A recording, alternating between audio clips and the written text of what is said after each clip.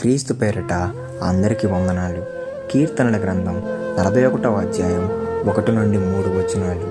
బీదలను కటాక్షించువాడు ధన్యుడు. ఆపత్కాలమందు యెహోవా వానిని తప్పించును. యెహోవా వానిని కాపాడి బ్రతికించును.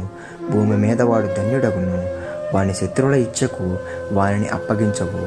రోగాశయం మీద యెహోవా వానిని ఆదరించును.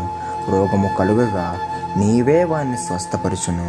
చూడండి, మనం బీదలకు ఇస్తే దేవుడు మనల్ని కాపాడతాడు. కొంతమంది అయితే వాళ్ళని పట్టించుకోరు. బీదలు కనపడితే ఇప్పటికైనా కనీసం డబ్బు ఇవ్వకపోయినా కనీసం మంచినీరు ఇవ్వండి, కొంచెం అన్నం పెట్టండి, బట్టలు ఇవ్వండి. అలా మనం చేస్తే దేవుడు మనల్ని కాపాడుతాడు, బ్రతికిస్తాడు. యేసుప్రభు అంటారు, మీరు బీదలకు ఇస్తే నాకు ఇచ్చినట్టే అంటారు.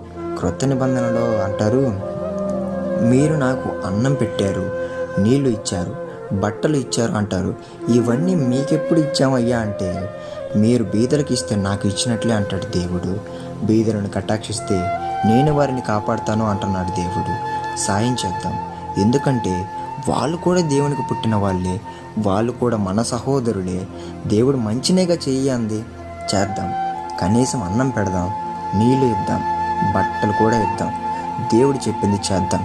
దేవునికే మహిమ కలుగును కాక.